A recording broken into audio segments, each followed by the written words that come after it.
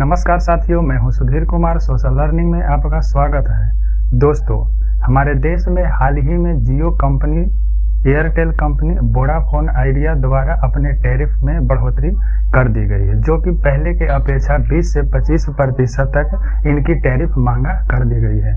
दोस्तों, यह पहली बार नहीं हुई है कि टैरिफ की मूल्य में बढ़ोतरी की गई है।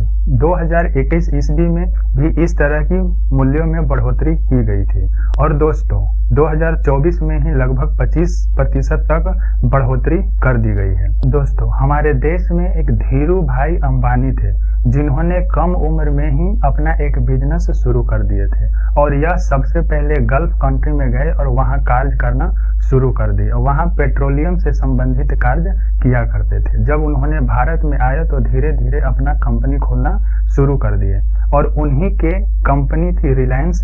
उनके दो पुत्र थे, एक थे अनिल अंबानी और दूसरे थे मुकेश अंबानी। वर्तमान समय में रिलायंस जियो जो है वह मुकेश अंबानी की ही कंपनी है। धीरू भाई अंबानी कहा करते थे कि कर लो दुनिया मुट्ठी में, और इस तरह की बात उन्होंने अपनी जब इंडस्ट्री में अधिक विख्यात हो गए थे तब वह कहे थे और इनका 70 वर्ष के उम्र में ही 2002 ईस्वी में निधन हो गया था। और उन्हीं के पुत्र हैं मुकेश अंबानी, जिनका रिलायंस जियो कंपनी है, जो हाल ही में रिचार्ज की टैरिफ में के मूल्य में बढ़ोतरी कर दिए हैं, जो कि बहुत ही अत्यधिक वृद्धि किए हुए हैं। धीरू भाई अंबानी कहा करते थे कर लो दुनिया मुट्ठी में, और उसी प्रकार उन्हीं के रास्ते पर चलते हुए उनके पुत्र ने यह काम करना शुरू भी कर दिए। क्योंकि जब जियो लगी थी तो उस वक्त लोगों को आकर्षित करने के लिए फ्री का ऑफर दिए थे, यानी कि इसमें नेट भी फ्री चलेगी और कॉलिंग भी फ्री होगी। लेकिन धीरे धीरे इनकी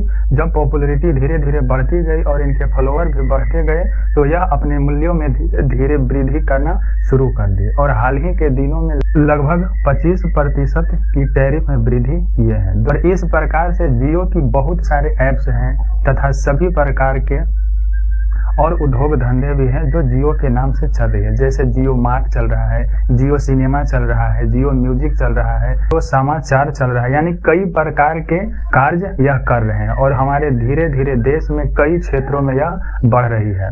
और इस प्रकार इन्होंने अपने पिता के कहने के अनुसार यह कार्य कर रहे हैं, कर लो दुनिया मुट्ठी में, और इस प्रकार इन्होंने भारत को अपने मुट्ठी में जकड़ने का कार्य शुरू कर दिए हैं। क्योंकि जब चाह रहे हैं तब अपनी टैरिफ में असीमित बढ़ोतरी कर दे रहे हैं। दोस्तों, इस तरह की कार्य करने के लिए हमारे भारत सरकार तथा जो दूरसंचार निगम को संचालित करने वाले TRAI यानी ट्राई है, जिसे telecom regulatory authority of India कहा जाता है, इसका स्थापना 20 फरवरी 1997 ईस्वी को किया गया था और इस संस्था का मुख्यालय नई दिल्ली में है। इस संस्था का मुख्य उद्देश्य यह है कि भारत में दूरसंचार के नियमों का पालन कराना चाहिए और इसका व्यवस्था बेहतर से बेहतर किया जाना चाहिए। इनमें इसका यह भी कार्य है कि टैरिफ को भी संचालित किया जा सके तथा इन कंपनियों को किसी भी तरह की प्रतिस्पर्धा न हो तथा सामान्य स्थिति में यह कार्य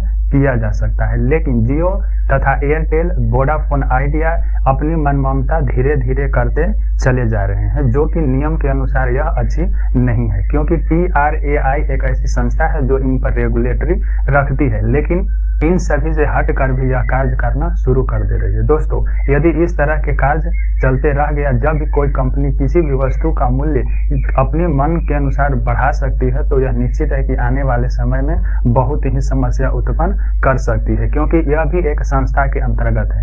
यदि इस पे कोई संस्था कार्य नहीं करता है तो वह भी हमारे देश के लिए नुकसान हो सकता है। इस तरह की कार्य करने के लिए हमारे भारत सरकार को भी इस पर कुछ ध्यान आकर्षित करना चाहिए तथा जो हमारे देश में TRAI है उन्हें भी इस तरह की कार्य करने के लिए संज्ञान लेना चाहिए कि कोई भी कंपनी अपने मन के अनुसार कोई भी कार्य नहीं कर सकता है। वह अपनी परिस्थिति तथा जनता की आवश्यकताओं को देखते हुए इस तरह की कार्य कर सकते हैं। सबसे पहले जियो 2015 ईस्वी के दिसंबर माह में आया और वह अपने कर्मचारियों के लिए ही ट्रायल किया जा रहा था। उसके बाद 2016 में धीरे धीरे सभी पब्लिकों के लिए यह व्यवस्था शुरू कर दी गई। जब पब्लिक के लिए ये व्यवस्था शुरू कर दी गई थी तो कंपनी द्वारा कहा गया था कि हम इस तरह की सुविधा को, जब जियो आया था तो लोगों को आकर्षित करने के लिए फ्री का ऑफर दिया था। जब इनकी फॉलोवर अधिक हो गई तो यह अपनी दामों में अत्यधिक वृद्धि कर रहे हैं और जनता के बीच यह अच्छी नहीं है, क्योंकि यदि जनता इस तरह की सर्विस लेना बंद कर देगी तो निश्चित है कि आने वाले समय में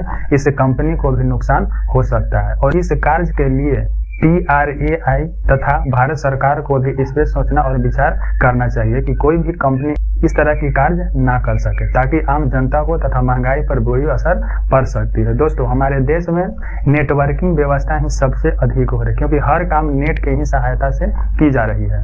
यदि नेट एक महंगी हो जाएगी तो निश्चित है कि हमारे देश में महंगाई और बढ़ने लगेगी। दोस्तों, इस तरह की महंगाई बढ़ने के लिए सरकार को भी ध्यान देना चाहिए। दोस्तों, यदि मेरे चैनल को सब्सक्राइब नहीं किए हैं तो सब्सक्राइब भी कर लीजिएगा। धन्यवाद।